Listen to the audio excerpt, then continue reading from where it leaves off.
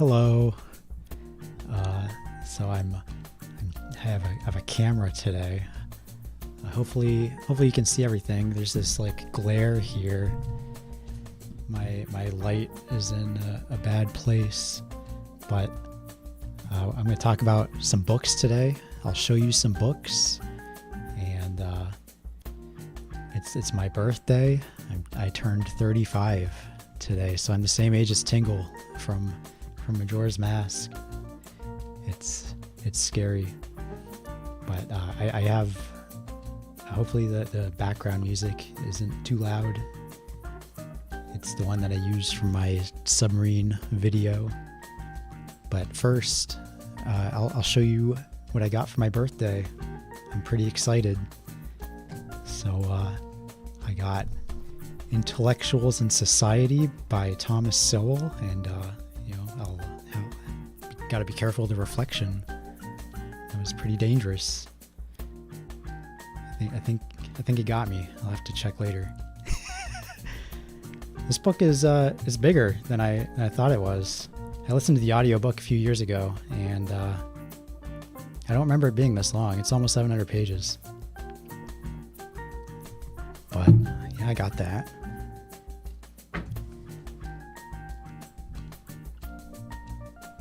Why is this out of focus? Come back. How did the VTubers do it? How do they do it all the time? I don't know. Hello? There, we're back. All right. And then I got this. I gotta be careful of the reflection again. Hang on. The National System of Political Economy by Friedrich List. So he's or was, I guess. He's dead now. But he let's see, what do I want to say? He developed like a system of economy, I guess, based off Alexander Hamilton, and that was used later on in Germany and elsewhere to develop like corporatist ideas. So it should be an interesting read. Get a good historical view of what was going on at the time. And oh yeah, I got Pikmin 4 too, so that's gonna be fun. I won't be able to play it on stream, but because I don't know how to get a Switch set up on stream, but I'll play it and it'll be fun. I like Pikmin. So I'll hide this for now and pull up the old Google. So it's Banned Books Week. And I don't expect this stream to take too long, but we're going to talk about the trend of banned books, quote unquote. Yeah, I think it's stupid, but people like talking about it on social media and stuff. It's kind of dumb, but the idea is to prevent censorship, or fight against censorship, I guess. And so they talk about these banned books, but all the books that they like to talk about aren't. Hang on, I'm gonna move this. There. They aren't really banned, so it's like, what are they really saying here? But anyway, this is Banned Books Week, October 1st through the 7th. That's now. It's October 4th, my birthday. And it's sponsored by the Reading Rainbow guy. If you are American, you know what I'm talking about, but Reading Rainbow was a program on American television.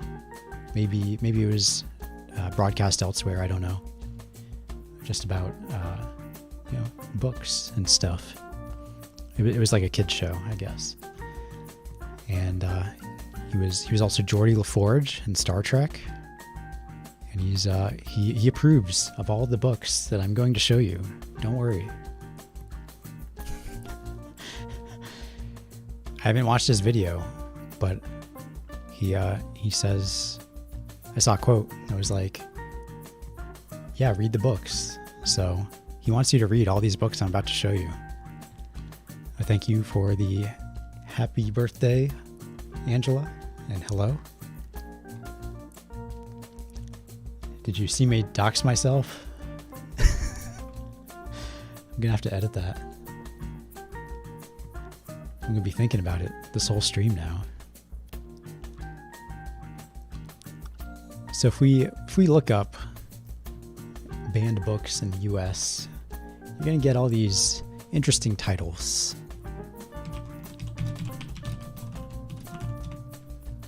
So I haven't looked at any of these articles, but we'll just look through some of these. Let's see, banned and challenged classics, the 50 most banned books in America, top 100 most banned books. I'm not going to go through 100. Maybe we can go through 50.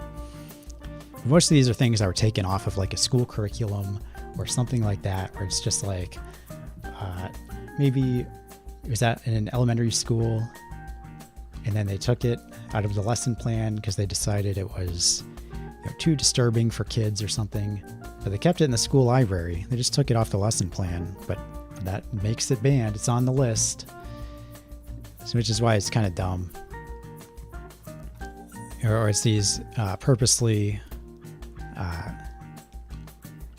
these books that are purposefully attacking like the family and stuff. Like you got the gay penguins. All right, that's cool.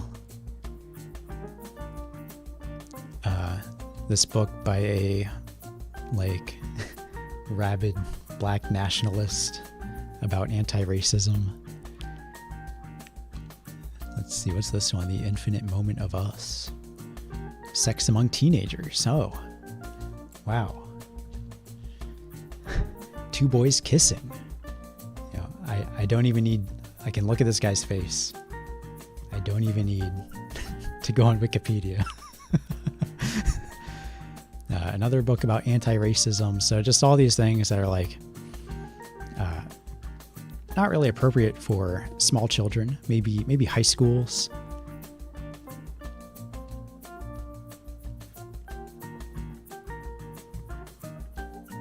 But none of these are things that would really be considered super controversial, maybe in like the normie sphere, you know, where they're like, oh, my life as a transgender teen. But you're not getting the good stuff there. And all these books, they're all in a front of the store display at Barnes and Noble right now. They're still in their schools' libraries for the most part. Some of them did get taken out of libraries. But I do have a few of these normie books to show you.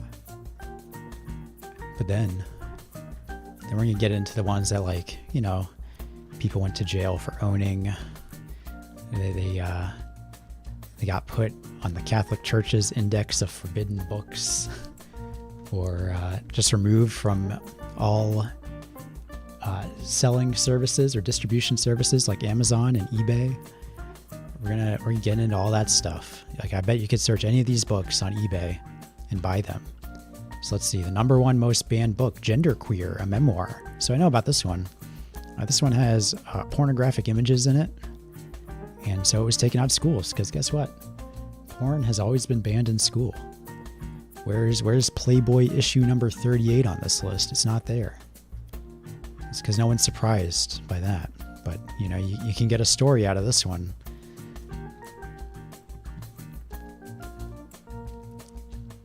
So, yeah, there's nothing there that really CBS News. I don't want that. Where's Google? There it is. So you have all these kind of normie books, your classic high school reading list. Apparently it's all banned. To Kill a Mockingbird, Adventures of Huckleberry Finn. I have that. I'm about to show you that. Of Mice and Men. I read that in high school. I read To Kill a Mockingbird in high school. I've read Fahrenheit 451 in high school, and The Catcher in the Rye in high school. But apparently these are all banned. No, they're not. This is just like a stupid trend for people to. Why is that there? For people to like feel superior about their book choice. But now I get to feel superior by having more banned. My books are more banned they're better. Because I'm just really cool and awesome and whatever. So I'll show you some of these normie ones first. We'll hide this. Yeah, that. We'll hide that. We'll bring this back. Yeah, we're back. Hi. So, yeah, The Adventures of Huckleberry Finn. It was on the list. And my copy's pretty beat up. I didn't even know I owned this book. I was going through my boxes of books to look for another one. And then I found this, and I was like, oh, I know that's banned somewhere because it has the N-word in it. So that's why it's banned nowadays. Back in the 1800s, it was also removed from libraries because the people who ran the library, like I guess the curators of the library, were like, this book is shit. This is slop for the unwashed masses, and we don't want it. So they took it out of the libraries, and now it's considered a classic. Mine looks like a dog ate it, or maybe a child, but I'm sure it's still readable. Yeah, the pages are all fine. There's a tear in the cover, so you know it's good. I'll just put it right here. Maybe that'll... No, it cover's too shiny. I was hoping it would get rid of the glare, but no such luck. Then we got Watchmen. That's notorious, right? We'll see what these states are afraid of. We'll read some Watchmen.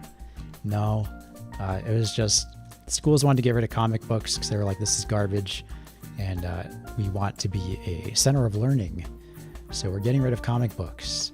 But Watchmen has a famous panel. Hang on, I looked for it earlier, and I should be able to find it. Oh yeah, there we go. Maybe no, it's after this. So I would like to read this. I've never read it actually, even though. Hang on, I think I'm here. Yeah. Look, it's the Ligma Balls page. Look.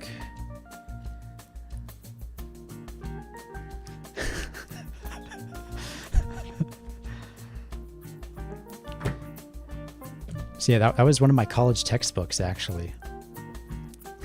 I took a college class, and I didn't want to write essays or anything like that.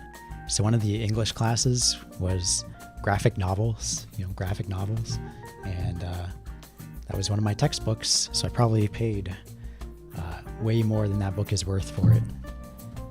And then the next is a famous banned book. We got Mouse, and this is a book about the Holocaust. And the reason it was banned, hang on, this is 2 volumes in this main cover. I believe it's in volume 1. It's like one specific panel. So people try to frame it as like it was banned because they were trying to erase history or whatever. But that's not real. It's this part about his mom committing suicide. And there's a panel here up at the top where it's like her dead in a bathtub, her naked body. And so they were like, well, 8-year-olds probably shouldn't have to see that. So they took it out of schools, the elementary schools. And that made the news. And yeah, it wasn't about erasing history or anything. It's kind of a dumb idea that people like to give it. But yeah, it's not bad. I've read it.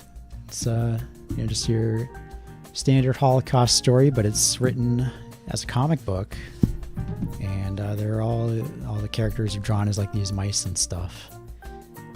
So, it's kind of cute, maybe.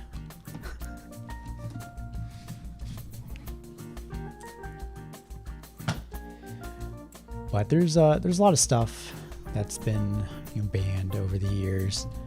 If I went over everything that I own that's been banned, we'd be here all day. Like, I think Faust was banned, whatever. I think the Catholic Church banned a lot of so-called heretical books because they were written by heretics. So, I have Plato. Wasn't planning on showing this, but it's just sitting by my computer because it always is. We're not going to talk about every single thing that's been banned over the years, either by the Catholic Church or schools, because we'd be here all day. But we're going to get into the real stuff, the good shit. I should stop shaking my desk. So, of course, the first one everyone thinks of is this. So what is this? Was this plain red book? Well, of course, it's Mein Kampf. So this particular copy is a pre-war English translation. So it's one that I'm partial to, I guess. There's a translation that you can buy at Barnes & Noble and Books A Million and whatever now. It's not that good. It's the Ralph Mannheim translation, and it's obviously biased. There's an introduction written by the ADL, stuff like that. So you kind of gotta, if you want to read this, which I do recommend, I think everyone should read it. Not because I necessarily agree with it or anything, but it's probably the most important political treatise of the last 100 years.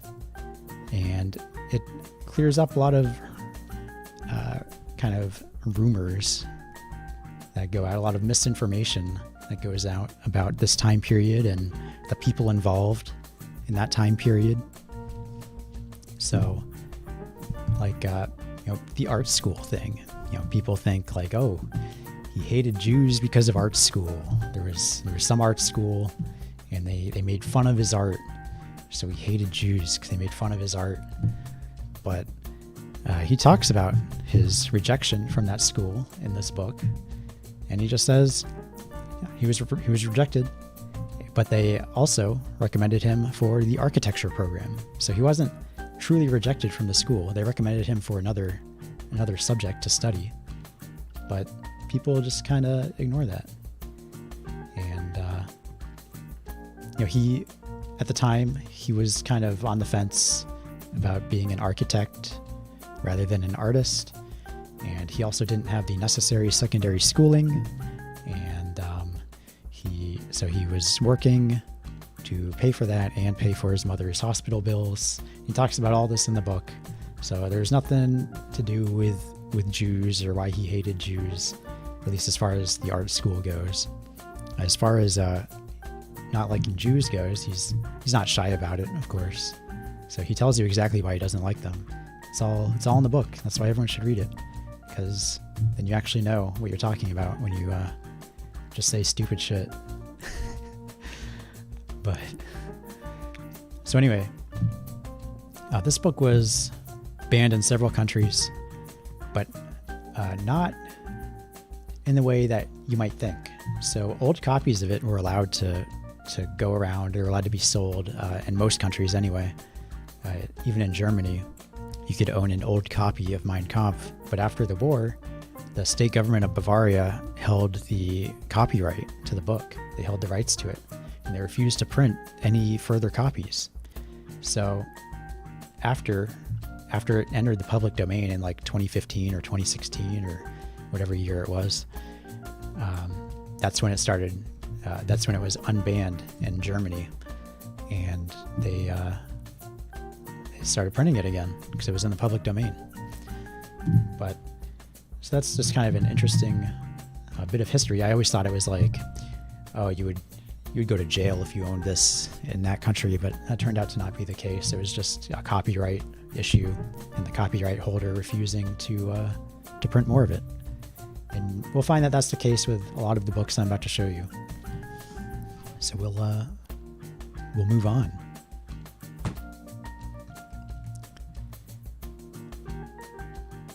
Let's see, what was next? Oh yeah, I was going to talk about, so I mentioned it earlier, the Catholic Church had an index of forbidden texts this was a list of books that were banned by the Catholic Church, and the belief was, the intent was that if you read any of these books, it was a mortal sin, and you would go to hell when you died if you didn't repent after reading these books. So reading these books is like the same as like violating the 10 Commandments or something for the Catholic Church.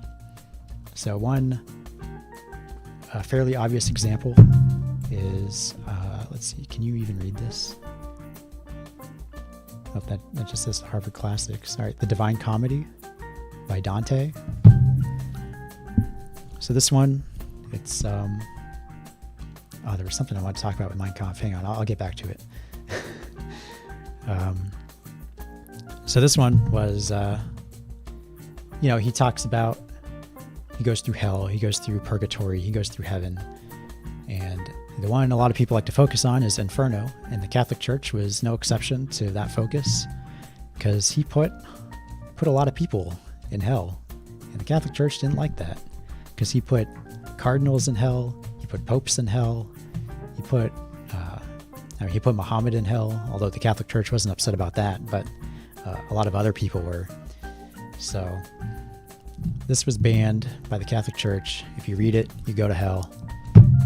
And that would suck. Imagine finding a book in someone's attic and otherwise leading a pious and holy life, but then when you die, you think you're gonna arrive at the pearly gates, and they're like, no, you read that book in the attic, fuck you. So another book similar to the vein of Mein Kampf is The Myth of the 20th Century by Alfred Rosenberg. So this was also on the Index of Forbidden Texts by the Catholic Church. So if you read this, you go to hell. I read it, so, I actually read it twice. But yeah, I'll have to repent, I guess. I also read The Divine Comedy, so I'll have to repent for that too. And I'll have to repent for reading Plato and Aristotle. And I think David Hume was on there also. I'll have to repent for a lot of books. Sorry, Jesus. But in this book, so Alfred Rosenberg was a high-profile figure in the Nazi Party in the 1930s and in World War II. He was executed at the Nuremberg trials, and in this book he writes about kind of like German history, like the migrations over the ages, and he also writes about Christianity, and he believed that Christianity, to move forward, to break from Jewish control as he saw it, they would have to get rid of the Old Testament completely, just not even think about it, because to him that was Jewish history, that wasn't German history. So he said, why are we focusing on this history of these other people? And he also wanted to change the New Testament. So he claims he wasn't a reformer. I don't know what else you would call someone who wants to change the Bible other than a reformer. But he wanted to change the New Testament, focusing mostly on the Gospel of John. And he believed that John wrote from a more European perspective because he was a Greek. He was not a Hebrew. And he believed that John showed Jesus as kind of the Nordic hero figure, kind of like Siegfried. And or like like Odin, because in death, that was where he found meaning, I guess. That was what gave him meaning. And so he writes in this about a lot of the martyrs in early Christianity, about Jesus as well as a martyr. And he also writes about Meister Eckhart, who was not a martyr, but a strong influence. So he was a Christian theologian in like 1300, I think. I'm not completely sure. But he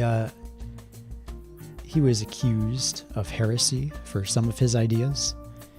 And that's probably why he's not a saint today. although he is still considered a respected figure in the Catholic Church. He was a preacher. He had a pretty big following at the time of his death. And he had these ideas about the nature of God and of like German identity, similar to Alfred Rosenberg, but much, much, much earlier. And so he talked about how he believed that God existed within man, and when man died, he didn't go to heaven as a subservient spirit to bask in the gloriousness of the Father. He believed that you went to heaven as an equal to God, because to him, your soul and God's soul were made of the same substance. So the church called him out on this, and Meister Eckhart went full debate bro and was like, all right, if you don't like my ideas, then have a public debate with me, bro. We'll debate. And nobody took him up on it. And shortly after, he got ill and died. And the church claims that he repented and recanted all of his bad ideas on his deathbed, which you can decide for yourself if you think that's true or not. I don't think it's true.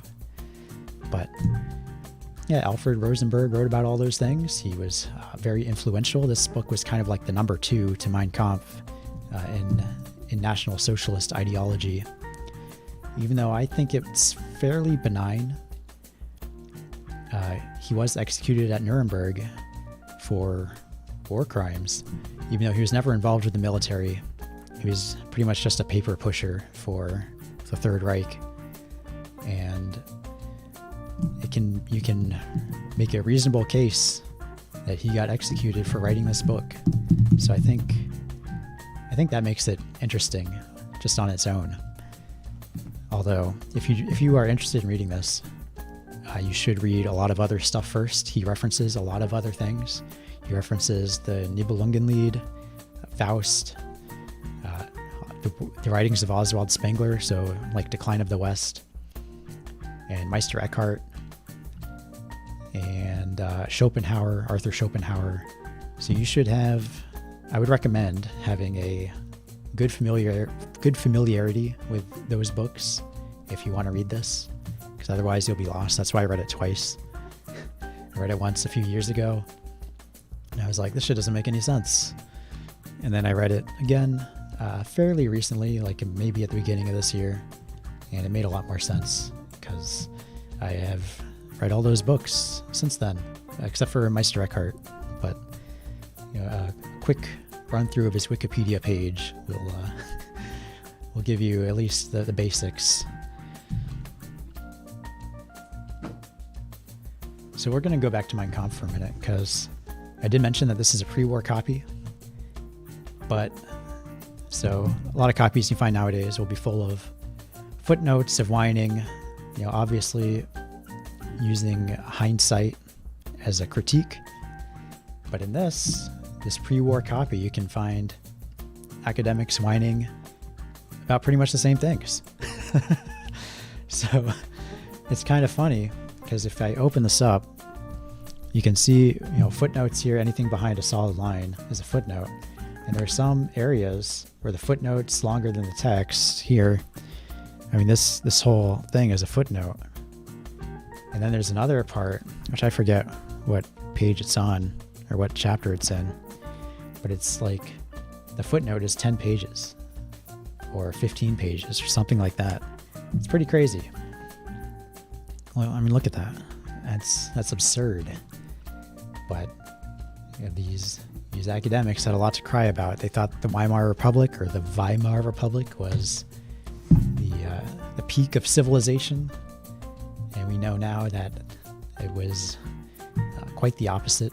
There was prostitution everywhere. There was even including children, hyperinflation, all kinds of crazy stuff was going on over there. So it's kind of funny to see these academics being super upset about that.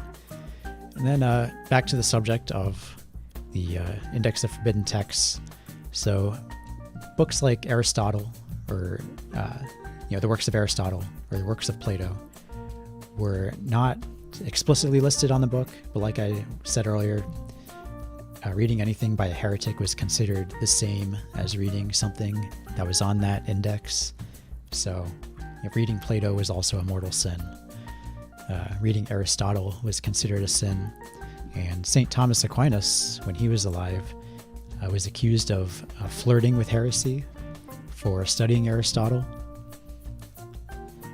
But they made him a saint because, I don't know, I guess they forgave him. I don't know if he ever repented for reading Aristotle, but he's pretty well respected. I've never read his works, but I would like to. So another thing that can make a book banned is a lack of translations. So I have a few books here that fall under that category. They were since translated into English, some of them, but it took like 100 years for some of these. So we have Michael by Joseph Goebbels, who was a member of the Nazi Party. He was like their lead propagandist. He wrote this novel, which was sold pretty well, I think. I'm not sure exactly how well it sold, but it gets referenced quite a bit in various writings, so I'm assuming it's popular. It only got a translation like last year, this year. Let's see. 2023, that was this year. So that is out now. You can buy it. And I think it's even on Amazon now. So it's, I guess, no longer banned, but it was just kind of shut out by the translation community. You would think, oh, something influential would get translated at some point, especially from such a high visibility time period as Nazi Germany. But they kind of threw that out. And then this is the diary of Joseph Goebbels. Can you read that? Can you read it? The Goebbels diaries. So you might say, well, this looks pretty old. It's in English. So what's banned about it? It looks translated to me. Well, if you look up, hang on, we'll look it up. Where's Google?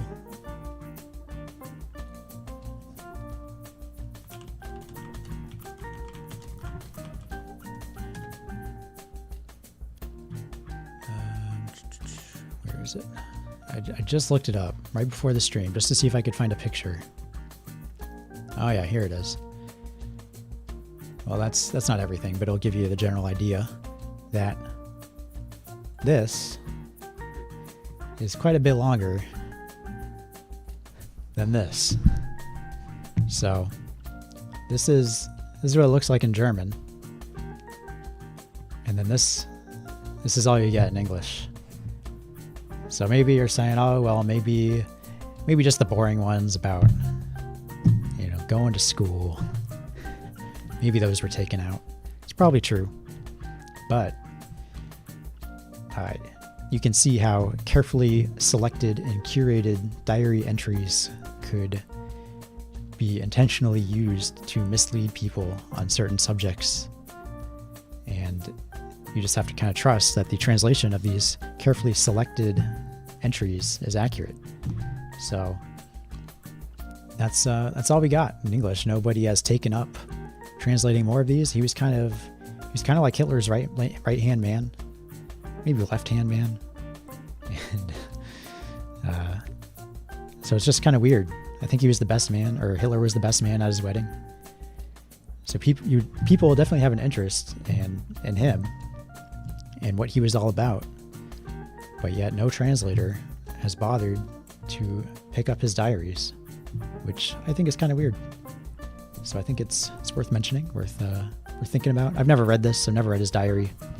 I have read this. This is a fictional novel. It talks about his views on religion. He was kind of questioning his relationship with Jesus at the time, and the character Michael in this book, he reflects that.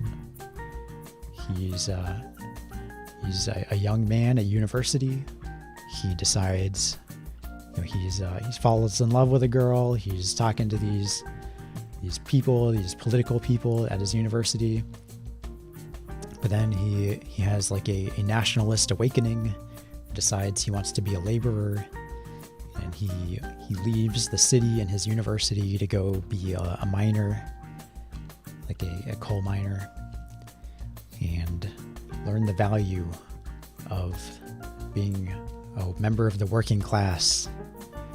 So the book is pretty good. I think the translation is pretty good. It definitely captures his, he has like a very like poetic, flowery writing style. And I think they capture that in this translation. So if you're interested in that kind of thing, I recommend that. Let's see, what else do we got? Oh yeah, translations. So another similar book, A New Nobility of Blood and Soil by Richard Walter Dare. I guess that's how you would say it. This was another a very influential book in not just Nazi Germany, but even prior to that. And this was not translated until, let's see, 2021, 2 years ago. It's not even like a machine translation. Michael, that I was just showing you, did get a machine translation a few years ago, but those aren't very good. So this was just a book about, I don't know if I would quite call him a monarchist, but he wanted to revive the aristocracy in Germany. So after the German Revolution of 1918 and 1919, the aristocracy ceased to exist. He wanted to revitalize that with the people, and this is just him, like a treatise, I guess, or manifesto of how he would want that to be organized. Like here he talks about establishing a chamber of nobles. There would also be a chamber of peasants. So like the German land-owning peasantry from like, I don't know what you would call it, just the medieval ages, I guess. And he talks about like breeding laws that he would want to establish, and just how he would recreate the aristocratic class in the new Germany, which wasn't Nazi at the time, but this book was very influential on Nazi ideology. The term blood and soil gets associated with them all the time, and there are a lot of people that use that sort of ideology, like that the blood, the people lived in this area, they worked the soil, and so it's like, it's their land. You see that in even Israel nowadays, this sort of ideology. But if you use the words blood and soil, people are like, oh no, Nazis. But I don't think he was a Nazi at the time that he wrote this. He eventually became one. He led agriculture in Nazi Germany. I'm sure that was horrible, very, very, very bad. I condemn agriculture in Nazi Germany. Not really. It's a good book, but it is kind of dry. It's about politics. It's about how he would want to organize a society. So you just have to be ready for that kind of thing if you decide to read this. This and Michael are both published by Antelope Hill, which they publish a lot of interesting books from various time periods that have been lost or untranslated. I like to keep up with their releases, because there's usually something good coming out from them. They just released a book on Teutonic culture, like the Teutonic Knights, so I'm looking forward to that. So that's me shilling for them.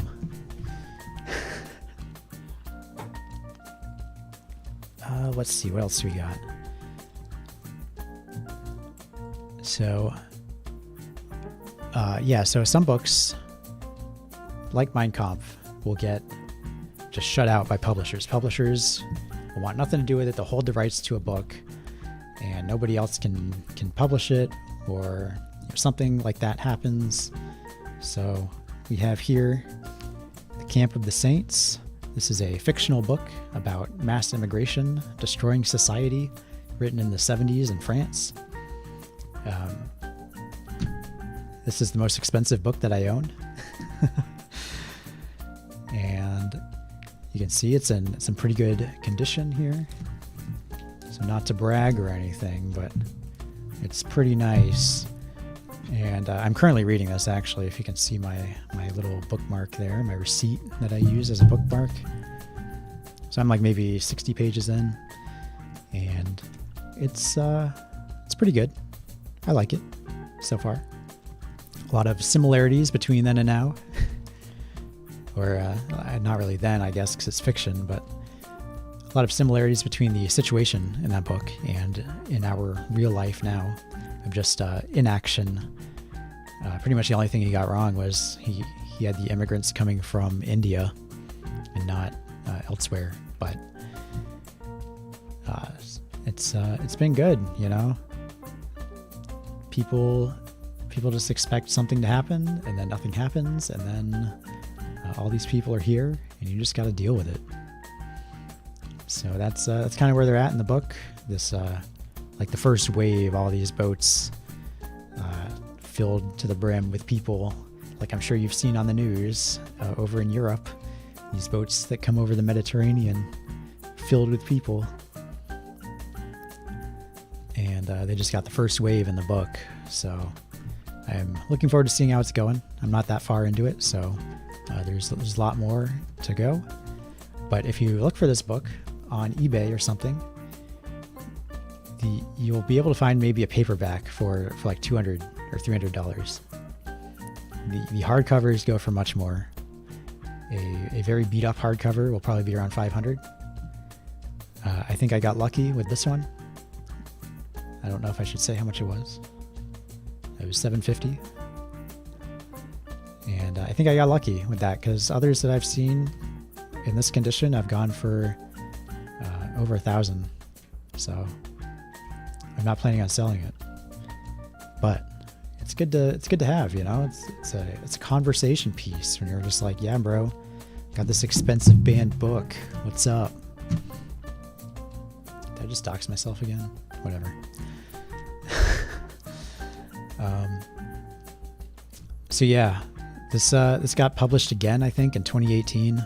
I think it got a few reprints, but then it got shot down somehow. I don't know if the publisher went under. I don't know if they just stopped. But now you can't find it in English under $200, like I was saying. Maybe I can pull up eBay and search it real quick. I think I have eBay up. No? Oh, I do.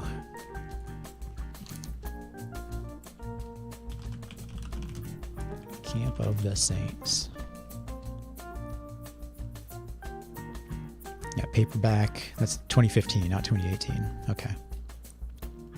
And this one, look at that. It's beat to shit. $836. $295. Ooh, that one's $150. You get a good deal there. This is a facsimile reprint. I mean, something like that, I guess, if you just want to read the book, is fine. But I think there is some value in owning the real thing.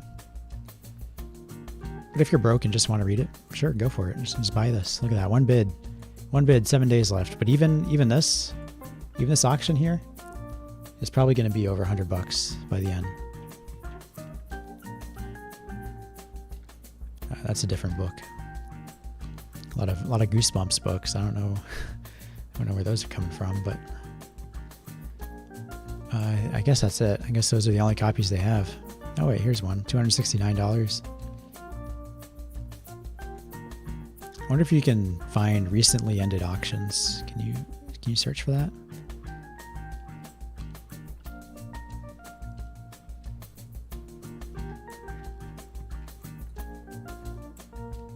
Oh, I'm doxing my zip code. Uh-oh.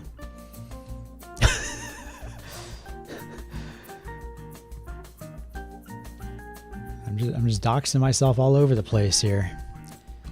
I'll have to make this private after the stream and go back and edit it. But yeah, so that's. Hang on, let me get back to this. So yeah, that's the Camp of the Saints. It's pretty good. It's definitely interesting, especially from a modern perspective, because like I said, it kind of predicted the future a little bit. And then we have books that have been just kind of taken off publishers. They've also been taken off sellers. People just don't want anything to do with these books, except for the people that want to read them. The people that want to read them want something to do with them, but when the sellers don't, distribution services don't put them on their websites. You won't find these on, maybe you'll find some of these on eBay. You won't find them on Amazon. You won't find them on Abe Books, which is a big secondary hand book site. So first, we'll talk about the Gottfried Feder trilogy, I guess you would call it. So these are, can I get... his manifesto for breaking the financial slavery to interest, the program of the NSDAP, and the German state on a national and socialist foundation. So he, as you can tell from the cover, he was a part of the Nazi Party from pretty early on. His manifesto predates it, but he joined up with them soon enough. I did buy these on Amazon actually, but I'll talk about that in a minute. So in his manifesto, as the title would have you guess, he believed in abolishing interest. He used that as his idea for solving German debt after World War I. And Hitler saw one of his lectures in 1919, and it was like, this guy's real shit. He's the real deal. And that's where he met Anton Drexler, who handed him a pamphlet about their shitty, tiny political group with only a handful of people. And Hitler was like, I'm gonna help these guys out. So that's so if Hitler had not been attending this lecture, he would not have been part of the Nazi Party, most likely. Back then it was called the German Workers' Party, but then they changed it eventually to the NSDAP. The translation, the English translation would be the National Socialist German Workers' Party. So he worked with Hitler and I think Dietrich Eckart, I think, to develop the program of the NSDAP. That's the classic 25 points that you always hear about. So in this book, he lists the 25 points. He goes into detail on all of them, how they would be enacted, in terms of policy. So it's fairly short. It's maybe 100 pages, maybe not even 100 pages. But even then, it's more than just 25 bullet points. So the community before the individual, they were very collectivist, and they wanted to restore awareness in Germany. Come on, camera. There. And so the program, so Gottfried Feder believed in a constitutional republic. So you're probably like, well, how could you do that and be a Nazi? Well, the program says that they had these points that they wanted to adhere to. And, the points were set in stone. As there's an introduction here written by Hitler. He said the points were set in stone. The party couldn't violate them. They were inviolable. And once they were established as part of German life, the Nazi Party would no longer have a purpose to exist, and they would fade away. I should probably hide that before YouTube kills me. They would fade away, and the National Socialism would become a way of life. So the Nazi Party would no longer be needed. A new party would take form, and the 25 points would just be in the hearts and minds and blood of the people, and it would just be kind of the default state for Germany. Which, if you read the 25 points, you might agree with some of them, you might not, but I think every one of them can be reasonably argued for and against. If you read books like this, you kind of have to keep an open mind. You have to realize that these are just political ideologies with their own strengths and weaknesses like any other. And, all this predates the Holocaust. So it's just like, well, this is something that they believed in. And, just read it with a critical mind. You don't have to agree with everything, but just being like, oh, it's a Nazi book, so it's evil, is kind of stupid. But that's the attitude a lot of people take with these, which is why this Sanctuary Press is kind of like a shady, small publisher that puts these books out, and they actually aren't that good quality. I mean, in terms of like physical robustness, they're pretty nice. They look nice. They're glossy. I've read these. I've traveled with these. They are still in very nice condition. However, my biggest issue with these is in this manifesto. So these other books are fine. The German State on a National Socialist Foundation, I didn't think was very good. But in terms of the quality of the book, I think it's fine. Same with the program. The program is a good book, and the quality is good. But here in the manifesto, Gottfried Feder, I'm assuming that's how you pronounce it. I don't know. Maybe it's Feder. Who knows? Maybe a German knows. I'm not German. He references all these figures and graphs in the book, and yet they aren't there. Why? Why would you do this? Sanctuary Press, why? So, yeah, that's that. No figures. If you can find a copy that has figures, then lucky you. But I bought this on Amazon several years ago, all three of them at the same time. If you try to get these on Amazon now, they won't be there. They have been removed. They are banned from Amazon. You cannot buy them on Amazon. So I don't know where you can buy them. Maybe eBay has them. Let's see. Let's pull up eBay again. I'm not gonna open the window because I'll dox myself again.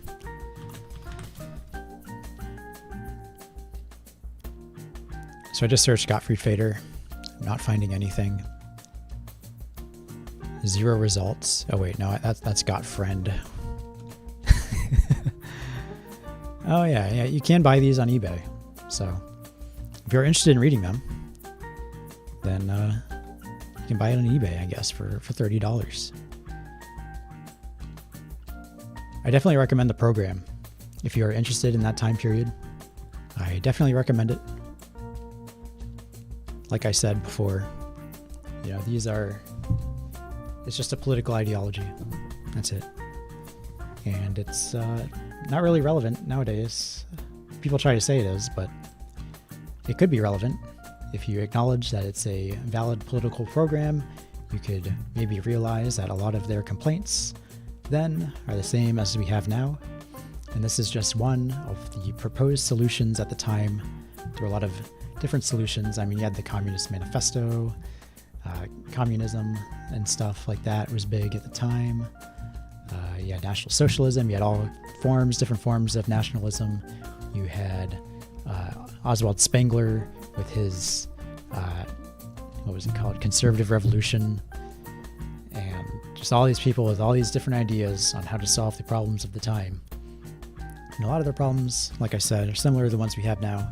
So I think it's worth reading about these just for that historical context, another perspective. And then the last 2 books are probably the most banned books that I have, which is a little interesting because you think they're not really that known. They are controversial, but they're not well known. So it's interesting that so many people, so many sellers, so many distributors know about these books enough to censor them to such a degree. So I have This Time the World and White Power, both by George Lincoln Rockwell. He was the founder of the American Nazi Party. He operated in the 1960s. He was assassinated in 1967. You can still find some of his speeches out there on the internet. YouTube got rid of all of them a few years ago. Around the same time they got rid of all the Hitler speeches. I'd say this is probably the most valuable book I own, even though it's not the most expensive. This Time the World. So this is Rockwell's, Commander Rockwell, I guess I should use his title. But this is his autobiography. Hello, Hernan. He writes about his life, how he was a conservative for many years, and he fought in World War II. He was a commander in the Navy. He was a pilot, and then after the war, he read Mein Kampf, and he had his awakening, and decided to start the American Nazi Party. And so this is all about him, his life, kind of his version of Mein Kampf, I guess, and his struggles with starting a party that nobody would like. And he knew that. He didn't have any illusions that everyone would suddenly jump on board with Nazism in America. But he decided, hey, I'm gonna try it because I believe in it. So this is, like I said, it's autobiographical. It doesn't really cover a lot of political theory. Like Mein Kampf is very autobiographical, but it's also very political. He chains the events in his life with his political beliefs. So a lot of people read Mein Kampf, they expect something edgy, and then they're like, oh no, it's boring. But yeah, I don't know what you expect when you read it, but it's just some guy in his 30s talking about trade unions and stuff. Sorry to burst your bubble on that one, but yeah. In the second volume of Mein Kampf, he also talks about starting the movement, the struggles they had with starting the movement. But a lot of that, I think, is not as interesting as the first volume, which I usually hear the opposite. I usually hear people say, well, if you're going to read any volume of Mein Kampf, read volume 1 or read volume 2. But I feel the opposite way. I think volume 2 is just kind of repetitive. So every story is kind of the same. We were having a big speech, the biggest speech ever. It was huge, and then the communists came in and they were starting a ruckus, and the SA came in and they beat him over the head, and they stopped it, and then I finished my speech, and it was awesome. Everyone loved it, and that's just kind of how everything goes in volume 2. It's still interesting, but that's obviously very watered down, and it's kind of making a joke out of it, but that is how a lot of the stories go when he talks about starting the party. And things are very similar in this. There's not so much in the way of theory and his kind of the background of his beliefs. All that's in the second book, White Power.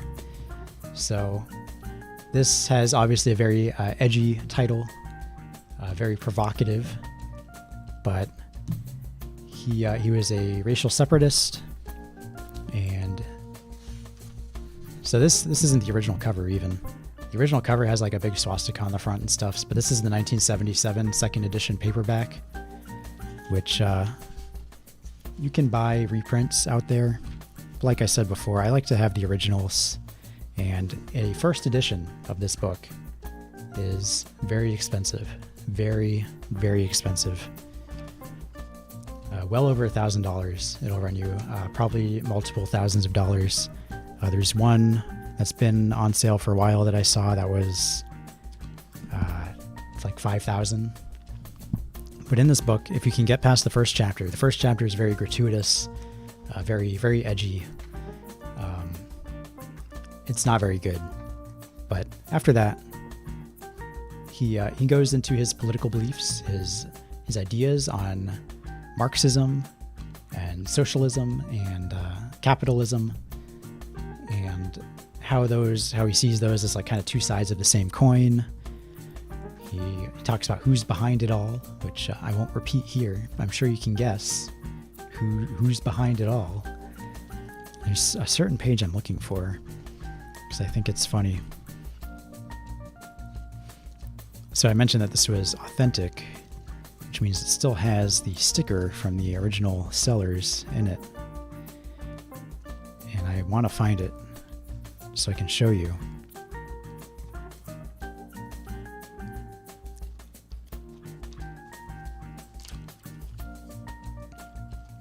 Where is it?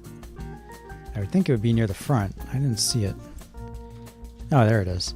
So yeah, you can see it still has the National Vanguard sticker in it, which was a neo-Nazi group. I don't think they're around anymore. And this is just a sticker that was placed in it when it was sold. Just kind of like a sticker. I don't know what to call it, like a price tag sticker almost. But it has the ISBN, it has the address, and then it has a note here at the bottom. Send $2 for large catalog of books of interest to whites. So I see this address here, and I think, what would happen if I sent them $2 in the mail and with just a note that said, I would like your books for whites, please. Because I don't think they have anything to do with National Vanguard anymore, the people of this address. It is a P.O. box, so I guess they wouldn't. But yeah, this is just his political theory book. It was written months before he died. He was assassinated by a member of his party, or former member, I guess. That member was kicked out. But so yeah, if you try to find this book anywhere, you're not going to, which is interesting, because you would think, oh, maybe I could just go on a used book site. Oops, that's desktop audio. What am I doing? I could just go on a used book site. I could just type it in, White Power Rockwell. And, we can scroll through it. This is Abe Books. They're a big secondhand book site. You can just scroll through it. I mean, someone's bound to be selling this thing, right? It's very popular on the secondhand market, very expensive. People like to make money off it. Of course, somebody's going to be selling it. I mean, here's a book about them.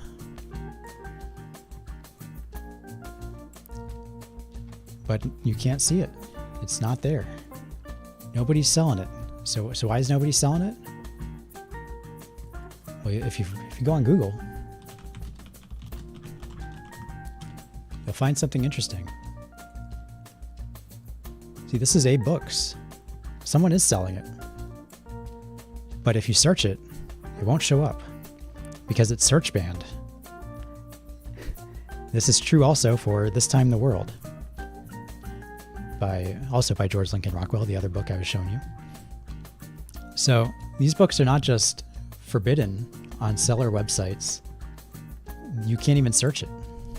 Only through this roundabout method can you find it. And if I click on this, it's a current listing. I could buy this for $5,000 if I wanted to. $5,500 even. And yeah, this is a first edition. This is the original cover, like I was telling you about. And look how beat up it is, and it's very expensive. I know that just because that's the listing price doesn't mean that's what it sells for, but I've seen them sell for around $2,500 in the past. So that's why I just decided I'm just going to settle for the paperback because, in my opinion, it's not worth it.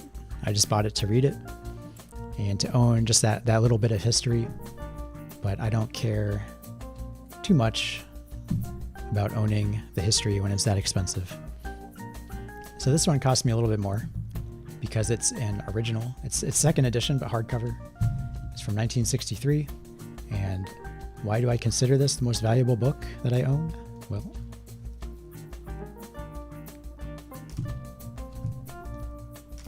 that's just crazy, man. So when I saw that was signed, I was interested because there was no picture of the signature, and the seller had no picture, and it was like, $600. I was like, come on, man. And I had to import it from another country. I don't know how it made its way over to another country, but it did. And so I returned it here to glorious Burgerland where it belongs.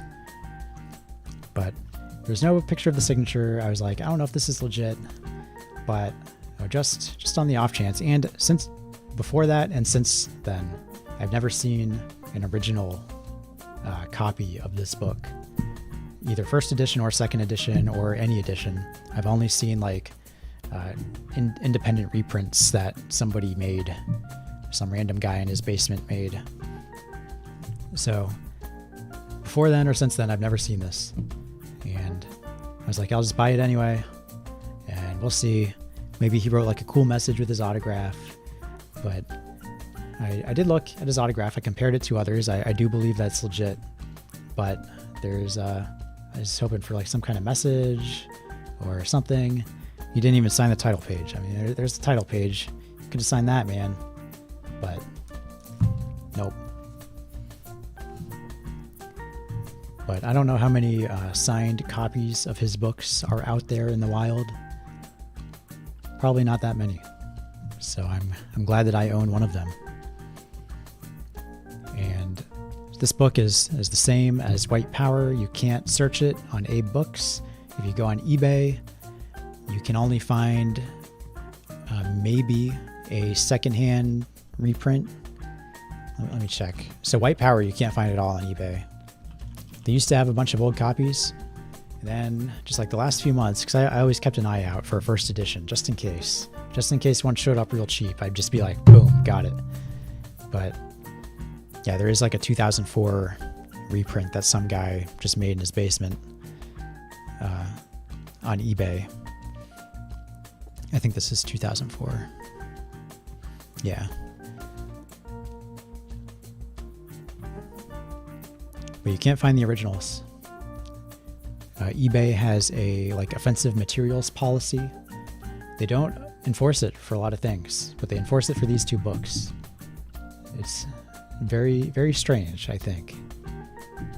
So if you're interested in reading these, good luck. You can find PDFs on the internet. That's probably the best way to do it. I got no advice for you, other than this roundabout way of finding it on Abe Books that I was showing you on Google. And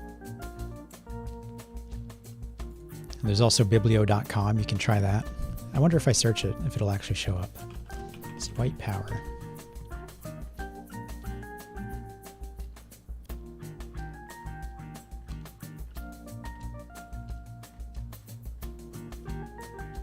There are 1,100 pages of White Power. White Power Rockwell.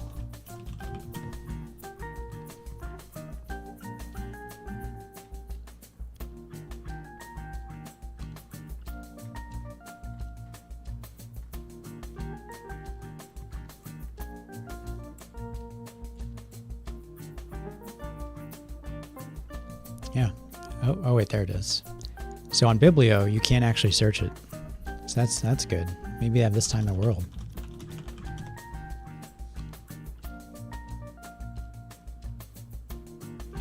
Okay, so they have some reprints.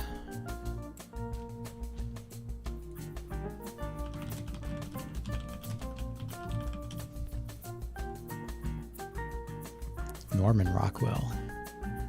That's not the one. Yeah, I guess they just have some reprints. So maybe it's just not available on Biblio. But yeah, it is very interesting that you can't find these books on Amazon or on eBay or a lot of places. You just kind of have to go these roundabout methods to search them. And even in his time, even in Commander Rockwell's time, he talks about how places just wouldn't sell his book. He would a bookstore would refuse to sell it. They'd put works by communists, by American communists, even though they had like McCarthyism at the time. And those would get published. Those would end up on bookshelves. But his book wouldn't. And he talked about that in a few of his speeches. If you can find those, I recommend listening to them. They make a good substitute for reading his books. He kind of talks about the same material. And some of his ideas are still relevant today. Some of them, not so much.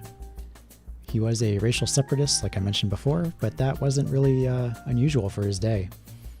He had a lot of respect for Malcolm X and Elijah Muhammad, and he wasn't shy about revealing that information. It wasn't some secret. And their views were very similar. So people look at this provocative title and they see that he was a Nazi and they're like, oh, he's just a dumb racist and he just wanted to exterminate people or whatever. He doesn't talk about exterminating anyone. He's just casually racist, I guess. So you do have to be ready for that kind of thing. He does use racial slurs and stuff if that offends you, but that was kind of par for the course for the time. And considering that he held a lot of the same views as Malcolm X, I don't really see too much that's worth censoring about it, really. But yeah, that's that.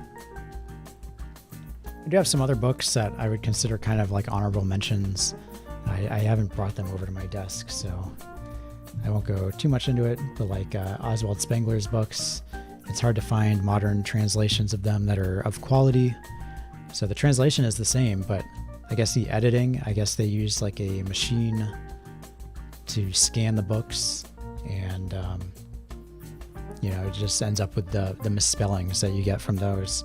So if you search for like Hour of Decision on Amazon, you can buy it. It's available, but it's a low quality copy, and that's the only one you can get. So if you want one that has words that are spelled correctly and formatting that is correct, you have to buy an old copy for a decent chunk of change. My copy was like $120, and it's maybe a 200-page book, so you have to be willing to shell it out if you want to read without deciphering typos and other crap. But yeah, that's all I have to show you today. I was kind of worried that this stream would be too short, but I think I was able to ramble enough about all the books I showed you. Yeah, like I said, read Mein Kampf. The Reading Rainbow guy says read Mein Kampf. If we go back, see, there he is. There he is. There's the Reading Rainbow guy. He's just saying read Mein Kampf, read White Power.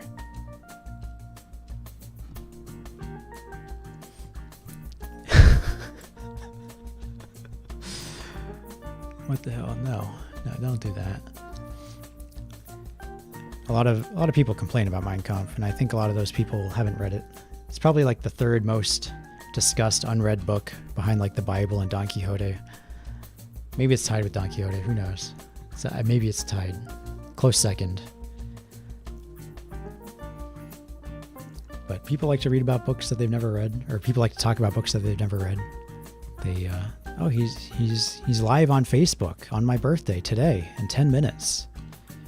You can go ask him if he wants us to read Mein Kampf and White Power. But people say like, oh, Mein Kampf, he's rambling, but he's not. I think if anyone has actually read the book and says that, they are dumb.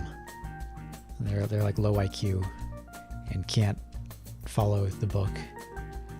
Because like I said before, he talks about parts of his life and how they influenced his political decisions or political views.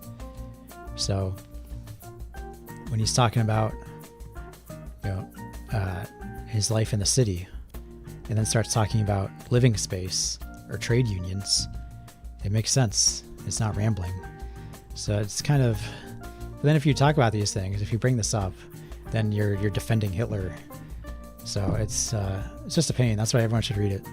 Just get rid of those dumb misinformation, and then you can critique him on your own merits. And that should be good enough, right? If he was so bad, you should be able to counter his ideas on your own and confront them. But people aren't willing to do that. So that's what I think Banned Book Week should be about. But unfortunately, it's just about kind of pompous people preening themselves over reading high school literature like Of Mice and Men and Fahrenheit 451. And that's kind of dumb. If you're an adult and you're like, ooh, I'm going to find out what these states are so afraid of, I'm going to read Of Mice and Men, then you should go to XP Hill. So, yeah, that's it for today. Tomorrow, I'll be streaming a normal stream. I'll be playing Mega Man 10. And I have a 4-day weekend, so I might be streaming a little bit more. Might be something on Friday or something that I don't have scheduled. But we'll see. Maybe some extra Pokemon. I missed the last 2 weeks, so I would like to play some more Pokemon. But